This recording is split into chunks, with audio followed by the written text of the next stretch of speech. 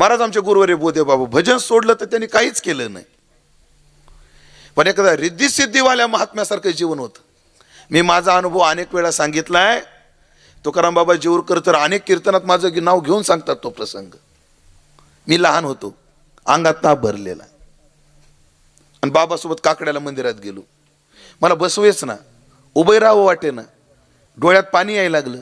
मी बाबाजवळ गेलो. घडलेला अनुभवावर व्यासपीठावर मी व्यासाच्या म्हणलं, बाबा फार त्रास होतोय. काय होतंय? ताप आला. विठ्ठल विठ्ठल. निवृत्ती बुवा मला अजून आठवतो तो स्पर्श. बाबाने असा तोंडावून हात फिरवला माझ्या. ओवी म्हणू एक, पावून येतो स्पर्शू आणि मल्या निळ खरपुसू येणे माने पशु कुरवाळणे. असा तोंडावून हात फिरवला आणि अंगात अशा मुंग्या आल्या आणि माझं तोंड पांडुरंगाकडे केलं. विठ्ठल विठ्ठल ताप हरण हे श्रीमुख. एका क्षणात दिगंबर बुवा ताप गेला बाबाच्या स्पर्शाने. ही सिद्धी करण्याकरता बाबानं कोणता जप नाही केला. कालच प्रमाण सब रसो का किया मार भजन गोली एकही सार. एक माणूस मला ग्रहणाच्या दिवशी भेटला. म्हणे, अरे उमेश जी आप कीर्तन करते हो, लोगों में फिरते हो, तो मैं एक मंत्र बताता हूं, उसको सिद्ध कर दीजिए प्लीज. मंत्र का फायदा क्या है स्वामी जी? नहीं, तुम्हारे वो महाराज हमारे पास आते हैं, वो महाराज मेरे पास आते हैं. त्यांनी ज्या महाराज लोकांचे नाव सांगितले ते मी आता सांगू शकत नाही तुम्हाला. फार मोठे मोठे नाव आहेत. पण त्या मंत्राचा फायदा काय? ते तो मंत्र जर एकदा तुम्ही म्हटला आणि त्या माणसाकडे पाहिलं की तो माणूस तुमच्या जवळचा लांब जातच नाही. मेला इकडं नका सांगू. जो मंत्र म्हणल्यानंतर देव जवळचा जाणार नाही असा मंत्र असला तर सांगा. आणि माझा बाबा एवढा विश्वास आहे कोण्या गोष्टीवर वारकरी संप्रदायाच्या व्यासपीठाला प्रामाणिक राहा, काहीच कमी पडत नाही, काहीच कमी पडत नाही. असे कितीतरी महाराज शेकड्यानं लोक आहेत, ते आळंदीला फक्त धोतर नेसायचं शिकलेत तरी उपाशी मरत नाहीत. ही सिद्धी नाही. आज आळंदीत दारू पिणारा सुद्धा उपाशी मरत नाही. ही सिद्धी नाही. फक्त या व्यासपीठाला काय राहायचं? प्रामाणिक राहायचं. प्रामाणिकतेसारखं जगातलं कोणतंच अनुष्ठान नाही. आपल्या कर्मावर विश्वास ठेवा आणि आपलं कर्म चोख करा, काही कमी पडणार नाही. ध्यानात ठेवा. कशाला कोणाच्या नादी लागता? कोणाचं काय काय पेत बसता? काय लागतं त्यातलं? मंत्र ऐसे घोकी आणि ज्याने वश व्हावे लोकी. अरे सिद्धी लावी पिसे कोण तया पुसे. त्या सिद्धीनं पिस लावल्यावर अवघड होतं. म्हणून पण तुकाराम महाराजाला सगळ्या सिद्ध्या.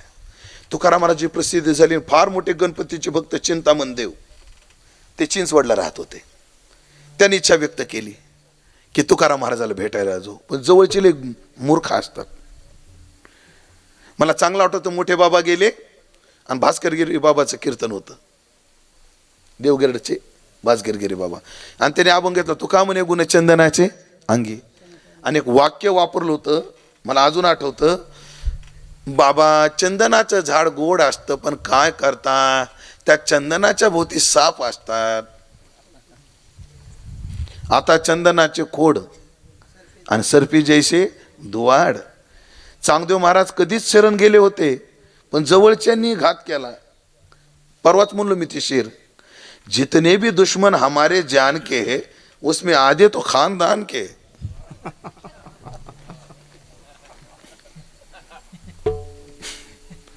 हो, म्हणून राजकारणात पियेनी पुढाऱ्याला सुधरू दिलं नाही आणि परमार्थात गुरुला शिष्यांनी सुधरू दिलं नाही. महाराज कोणाकडे जाताय? शोभतं का तुम्हाला हे? अहो तो कुणब्याचा आहे तुका आणि त्याच्याकडे जाण्याची भाषा करतायत.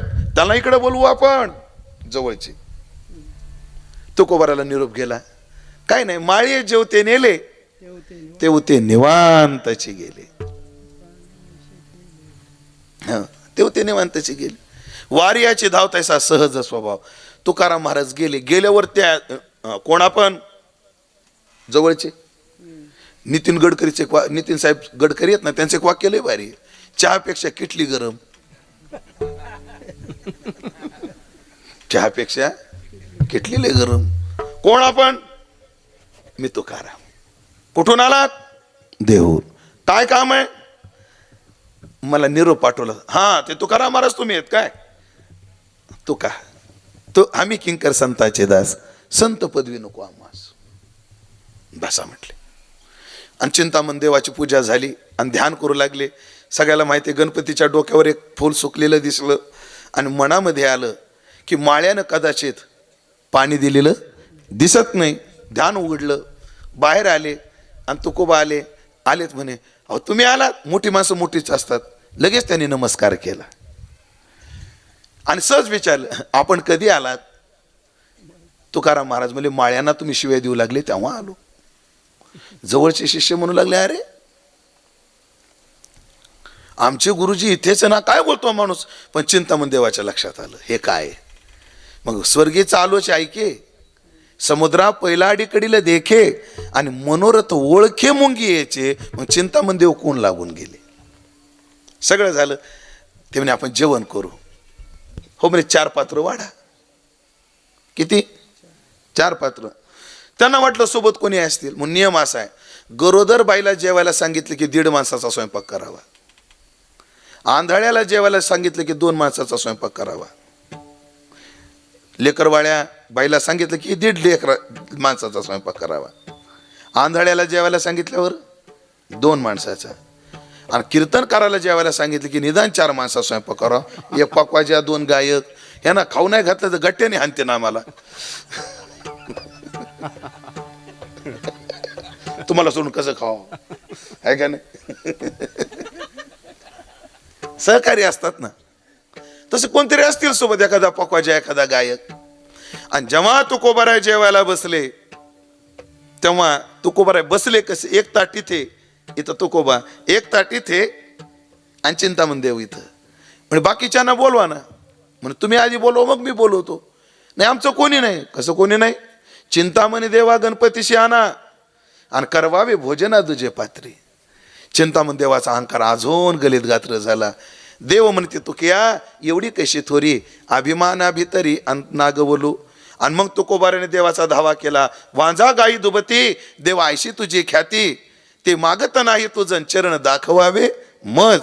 आवाहन केल्याबरोबर गणपती बाप्पा एका ताटावर येऊन बसले आणि पांडुरंग बुवा आपलं पांडुरंग परमात्मा एका ताटावर येऊन बसले. त्यांचं जेवण निवांत शांत चालू झालं. चिंतामण देवाला तुकोबारायचा अधिकार कळाला. देव त्यांच्यासोबत जेवले. काय झालं, तुकोबारायला 3 मुली. वडील नाव काशीबाई, दुसरी भागीरथी पायी, दाकुटेचे नाव गंगाबाई. सतकुळा ठाई जन्मल्या, चांगल्या कुळात जमलं. उपवर होत्या 3 जणी, आवली चिंताक्रांत म्हणी मुली उजवाव्या कैशाने तुक्या लागून पुसत असे. संसार किती सहज केला पाहिजे याचं उदाहरण आहे, ऐका. सहज मी कल्पना केली महाराज. हे नाशिकला गेल्यानंतर द्वारका पॉइंट आहे ना, ह्या द्वारका पॉइंट पासून मुंबई नाक्याला जाताना उगं त्या पुलाखाली बघायचं. भिकारी राहतात, त्यांना लेकरं आहेत, चांगला संसार चाललाय. म्हणजे पुलाखाली संसार होतो, तो बंगला कशाला लागतो. माणसानं संसाराची चिंता जेवढी केली ना तेवढी वाढत जाते. करिता भरोवरी आणि धुरावशी धुरी आणि भावाची पुरी वाहावशी. संसार किती सहजतेनं केला पाहिजे. तुकाराम महाराजाकडे पहा. तुकाराम महाराज भजन करून आले आणि आईसाहेब लागल्या भांडे आपटायला. हे काय झालं तुला? काय झालं म्हणजे पाहुण्याला तोंड मला द्यावं लागतं. 3 पोरी लग्नाच्या आहेत. त्यांच्या लग्नाचं काय? असं थांब म्हणले. बाहेर गेले, पोरं खेळत. आता ये रे. 4-5 येतात मला शब्द, पण वजन पडतो का नाही मी तेवढ्यावर. हा आता ताता तेवढं जमतं, लय जमत नाही. तुझं नाव काय? म्हणे मालजी. आडनाव काय? गाढे. गाव कोणतं? येलवाडी. आणि चल यात.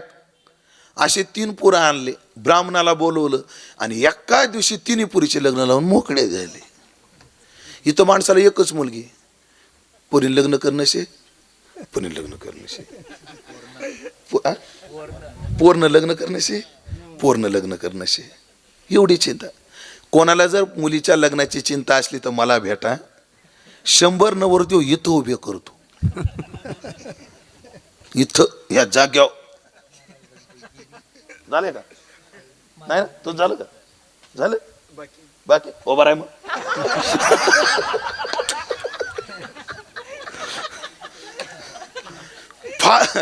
नको नाही त्याची घेता शिरी आणि होईल दोरीनीचे पंत सहज मुलीचे लग्न लावून टाकले महाराज. हो तुकोबाराची प्रसिद्धी. हो एक बीड परगाण्याचा ब्राह्मण होता आणि त्याला म्हातारपणी विद्वान व्हायचे डोहाळे लागले असतात असे काहीतरी. एक म्हातार आलं काठी टेकी टेकी आम्हाला संस्थेत घेतील का म्हणले. मी बाबा तुम्ही संस्थेला PMT स्टँडच्या बाजूला जाय पाहिजे. जाळंदी रिटर्न त्यांना कळालं PMT स्टँडच्या बाजूला काय मसन वाटा आहे तिथं जायला पाहिजे. अरे अंगम गलितम पलितम मुंडम दशन विहीनम जातम तुंडम वृद्वा याती गृहीत्वा दंडम तदपि न मुंचती आशा पिंडम